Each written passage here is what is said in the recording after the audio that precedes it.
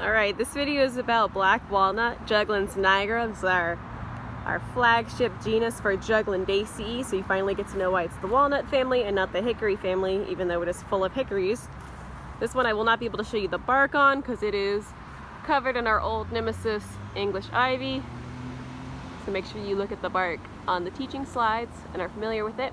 But overall it's very dark, just like the wood and the name black walnut implies.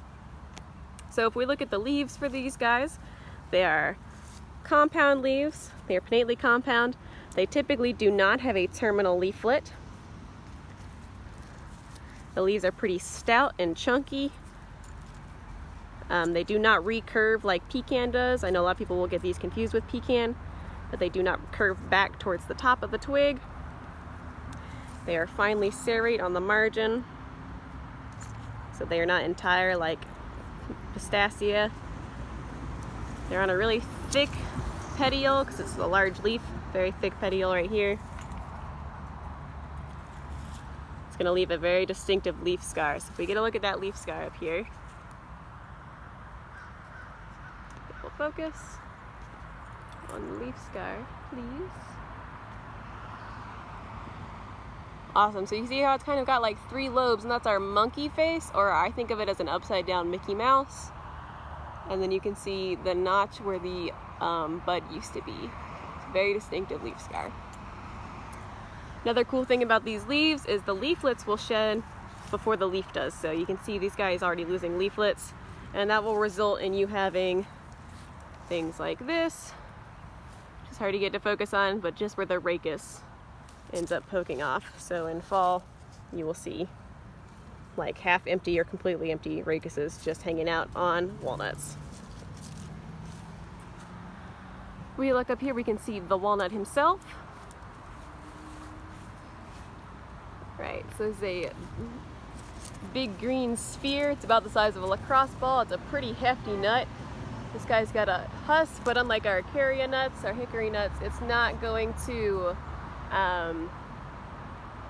have any prominent sutures. It really just looks like a green sphere. And if it's fresh on the tree or just on the ground, it's going to smell a little bit like 7-Up when you scratch it, so just a bit citrusy. And they typically grow in clumps, but this one, all of his brethren have already fallen off. The nut inside there in that husk, also don't crack open the husk because it will dye your hands a really dark color. But the nut inside there is going to look not very similar at all to the walnut you eat or that you buy at the grocery store, because that's from the English walnut, so a different species. The inside of the walnut looks like very dark and ridged. It's still pretty spherical, but the husk is going to be the majority of the heft of this, so it's not going to be as large as the nut you see on the tree. And the kernel is going to be a lot smaller than on the ones that are cultivated for food. This is still going to be an important source of food for wildlife.